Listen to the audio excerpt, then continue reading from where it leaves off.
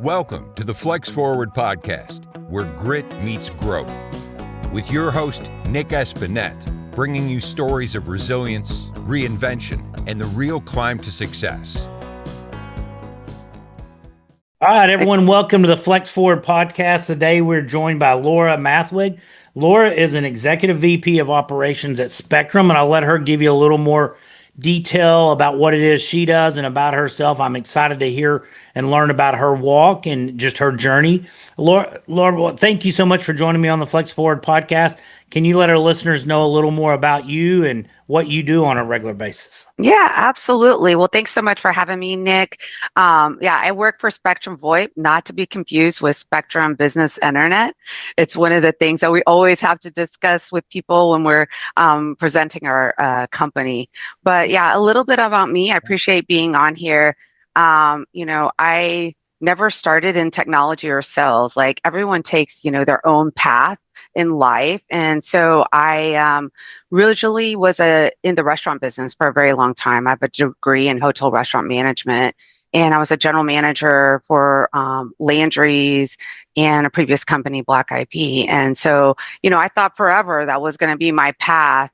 And then things started to change, and I became an analyst for Landry's Corporation. So that kind of got me into like another facet of like operations. And then I decided to become a mom. And so I took 5 years off. And, for a lot of women, I know that that's like a Mm-hmm. challenge in life, like to decide what's best for you, what's best for your family. And I had the opportunity because my husband was able to support both of us that, I was able to take some time off. And so once I decided to join the workforce after 5 years, I was like, okay, what's my next step? What do I want to do? Where do I want to go? So I went to a career fair. Most of my other jobs I found through people I know, but this just happened to be at a career fair. I said, I want a Monday through Friday job. I want it for business like sales. And I found Spectrum VoIP at this career fair. And I said, well, it was kind of like we interviewed each other. I said, what do you do? How does it work? Sounds interesting. Okay, maybe I'll give it a shot. And that's really come to like my career with Spectrum VoIP now almost 10 years. I Wow. love the company. It's been around for about 20 years. We do voice over IP. And I've been able to grow from like direct selling all the way to EVP of operations through the growth of this company. We started, at 5 employees, and now we're like over 400. And, selling right here in Dallas and Plano, Texas. We're at anybody in Plano, they know the Legacy Shopping Center. That's where we're located at with all the other big wigs, Boeing and Toyota down the street. But it's been, a really great experience. And, one of the things that I really hope to accomplish is like mentoring others, to learn how to grow themselves, right? If you want to become a leader, in a company or business, being able to grow, is very important, and teaching others, how I took this path. And it's not always like black and white or straight, right? Great line. Yeah. No, what a great story. And that's great that you love to share it because, you're starting in one direction. And I have a daughter that's considering hospitality or hotel. She's been admitted to the college, but she's still trying to decide which path she's going to branch off to. Mm-hmm. And I think it'll be great, but so we'll see. I'm trying to just give her a little, I want her to make the decision because I don't want her Yes. 5, 10, 20 years ago, mom and dad pushed me into this. And so, we're just trying Yeah. to answer questions when she has them and see where she ends Oh, up. for So, sure. I will say like my degree in hotel restaurant management is really like a business management degree. I went to the University of Houston. They're one of the top schools for hotel restaurant nationwide, supported by Hilton and Landry's. And it really allowed me to go into different industries because it was just like, hey, what do you do for HR, accounting, the operationally, like how do you need to function in a business? And so it gave me a lot of other insight that most people don't think, about when you're getting this degree.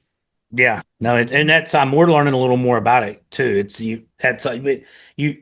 I think to manage a hotel, it's a business. You got to know the Yeah. accounting. You got to know, marketing, you got it's everything. It's just a business. It's just a specialty one that does. I mean, we have real estate, we have apartments, but a hotel it's turning over every night or every few Mm-hmm. nights versus our hospitality, your table's turning over every couple hours, and Exactly. apartments it's every year, but you're still marketing and you're making sure that you're not spending more than you're making, hopefully not spending half of what you're making, but all these things Yeah, that you're, margins are pretty small in the restaurant business. yeah, I will say that I, much. I bet so. Yeah, that's why a lot of them, they don't make Mm-hmm. it. But Landry's has been very successful. I know. I lived in Yes. Galveston I went to Oh, graduate school at UTMB for in the mid '90s. So it had nice. the Landry's, the restaurant. Maybe the original one was there. Mm-hmm. We didn't eat there very often. I was a broke college student, so that was an occasional something special Right, to go right. to. So Yeah, I awesome. definitely got to learn. I worked at the time directly for Tillman Fertitta, and now he's like, had his books and shows and who knows what, and very successful. But there are things I learned from him, like his drive, his meticulousness, how he like basically recreated the wheel for all these other restaurants. He bought a corporation that was going bankrupt and then said, "Okay, I'm going to reinvent it," with his team, and basically the team came in, they redid it, and then it became successful. That's So, awesome. What a great story and what a great experience for you and learning hmm, and in that you can now pass it on to others is awesome. absolutely, Well, absolutely. in that you started in sales, so you had a lot of Hmm. competition in sales and have worked your way up in 10 years, not a pretty quick window. What is Hmm. something that you feel like sets you apart or maybe you find easy that others find more challenging? Yeah, I think a couple things, right? Like personally, I learned early on from previous leaders, like you need to set your own personal goals. What do you want to personally accomplish, right? Not waiting for other people to say, "Oh, I have this job offering as a general manager or this job offering as a director," or so forth. So I think personally, like, what are your goals that you want to accomplish? And that's what I try and teach people. And then the next thing is, and telling your leadership, "Hey, this is what I want to do." So very quickly on, I joined Spectrum VoIP, and I told my VP of sales, I was like, "Have been a manager for 15 years of my life. I can manage anybody. So like, give me this opportunity." And Yeah. so opportunities start showing themselves.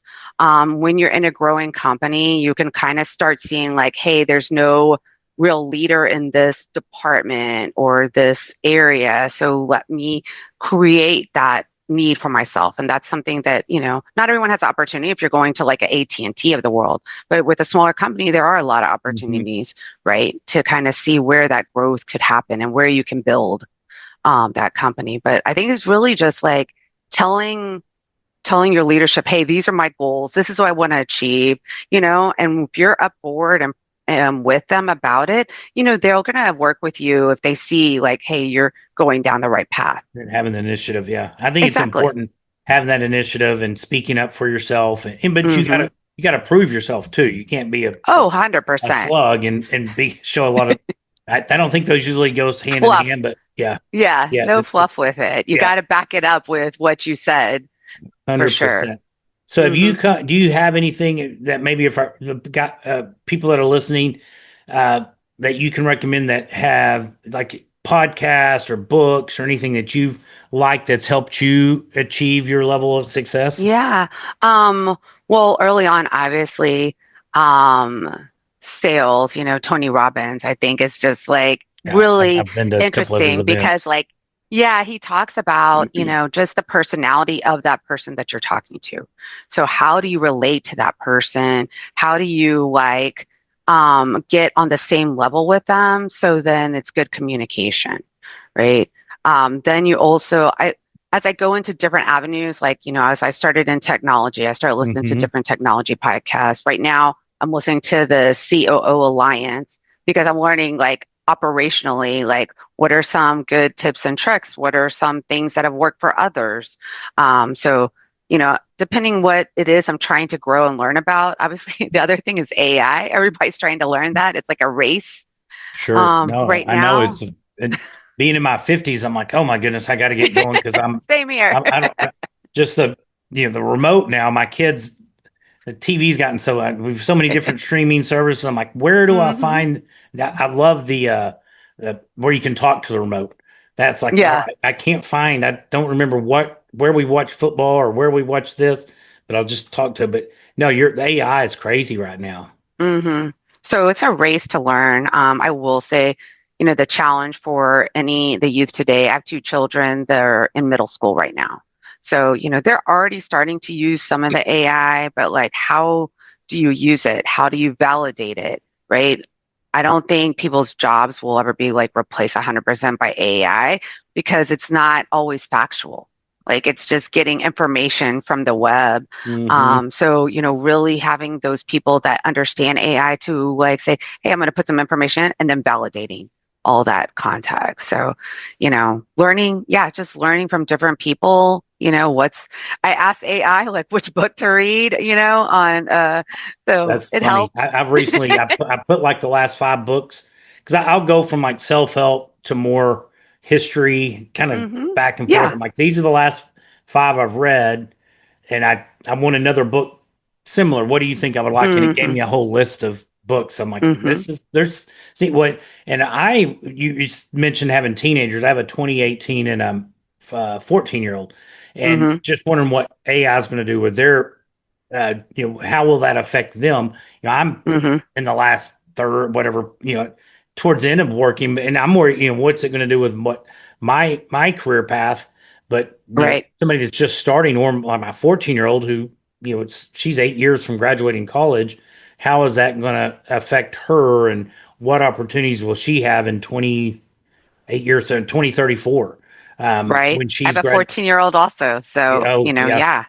just think It's about that. interesting, yeah. So what they're doing, and even my 20-year-old who's 2 years into college and wants to go to law school, how are lawyers, I mean, with our contracts, we put it in a different AI system and say, read this, and will we need as many?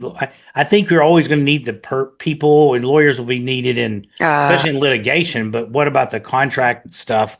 Right. Will they need, and will it push? You're going to need the cream of the crop still going to be there. So that's why I'm kind of like, be the best at what you're doing. So there's a need. Exactly. So Exactly. your company or industry needs you, and you just being mediocre is not. They may move on, but go in and whatever you're doing, be the best at it, and Yeah. strive to work hard. Absolutely. Yeah, you learn from the others. I think associating yourself with the other, like cream of the crop, whether you're in school or professionally, like, getting to know other people that are professionally successful, whether it's networking or something like that, talking to them and learning from them. I learned from a lot of previous leaders what to do and also what not to do. Like, who do I want? Who do I want to be as a person, as a leader? How do I want to be looked at from others? I tell people I have a very simple philosophy, in leading people.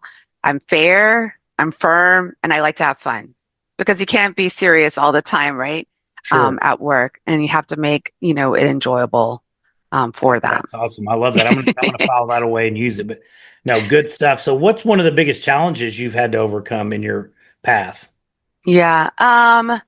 Challenge wise, I will say when I started with Spectrum VoIP, it was very challenging because at the time my husband got laid off. We had 2 kids, and I You was said starting a new 2020, job. right? Was It, that it was COVID? it was right before 2020. Yeah, it was Okay. in 2017 Okay. actually. Yeah.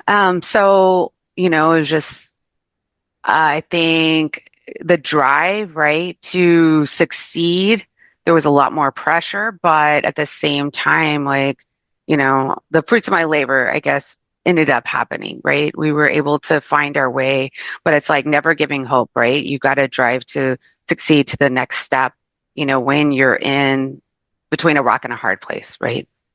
No, You for know? sure. And that's having, I think you talked about surrounding yourself with other successful people, Mm-hmm. and like people that are going to push you and lift you up and pat you on the back and maybe Exactly. kick you in the bottom if you need it every once in a while. But, Right. having good group of, because you become the average of who you're hanging out with and Exactly. frequenting, you're spending your time with. So, having that, because almost 99.9% of the world's going to go through tough patches, and it's how you handle those that really identify you. And that's part of what the Flex Forward podcast is just that resilience to get through those challenging times.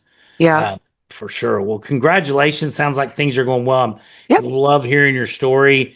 It's a lot of executives keep more and more busy and just roles they have to wear. They also think about maybe creating other forms of income, either through investing in real estate or stocks and different things. Have you ever had any thoughts about that?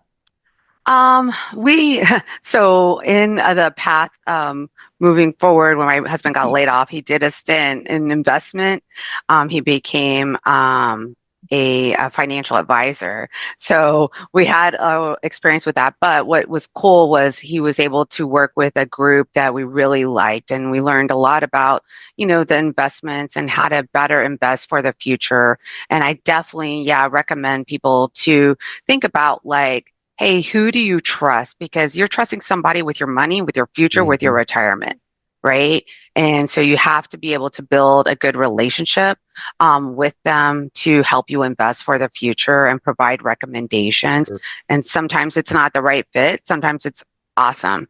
But yeah, if you have that extra income to be able to do that, finding the right person is really important. For sure. No, and getting to know them, spending, not rushing into it. It's so important to know that. Exactly. Good stuff. So as we're wrapping up the interview, do you have any exciting plans or initiatives in the next 6 to 12 months? Yeah. So, well, with Spectrum VoIP, we are continuing to grow. We were talking about AI. We're rolling out our AI receptionist. Like I said, our company is very unique. We're not like the big boxes like Ring Central and Vonage. We're really just the human element of the company, communicating with our customers. So that's on the horizon. So excited about that. And it's neat how good that's become. I mean, before you're like, oh, this is a robot. Just give me a person, give me a person, give me a person. We now, we have multifamily apartment complexes. We'll have people come in and say, how I want Joe, because all our AI chatbots have names. I would like to do the tour with, and like, oh, well, that was our AI.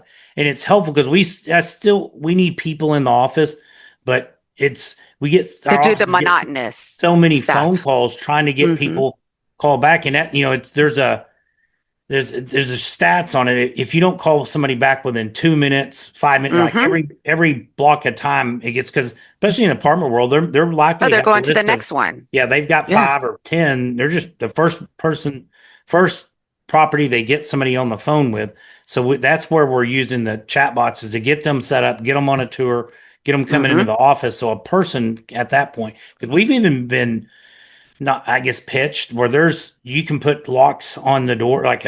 There's one thing where you have keys, like 10 or 12 keys, or a lock on, so people can come tour without ever interacting with a person. I don't know if we're quite there yet. It looks awesome.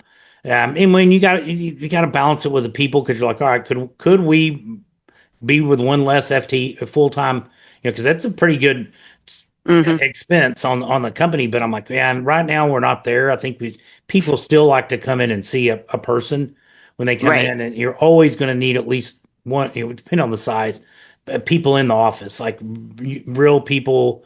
I commend our office staff, because they're leasing agents, they're salespeople, they're counselors sometimes to our tenants that are coming in.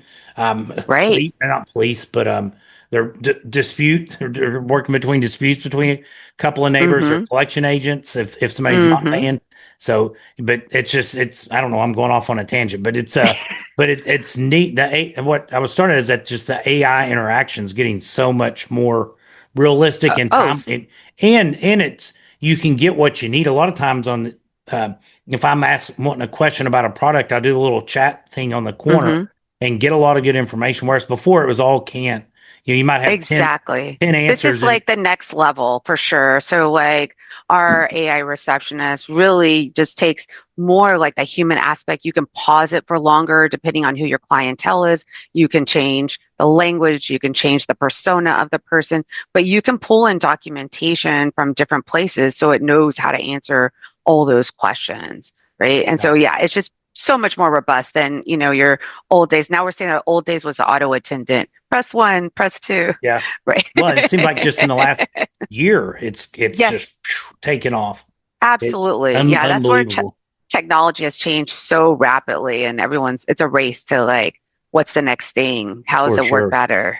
For sure. Sure. Well, Laura, thank you so much for joining today and sharing tips and insights with our listeners. If people would like to connect with you and learn more about you and your company, what's the best way for them to get in touch with you? Yeah, definitely connect with me on LinkedIn. If you like a quote on phone services, spectrumvoip.com. Both of those are great resources. Awesome. Thank you so much. And everyone, thanks for listening to the Flex Forward podcast.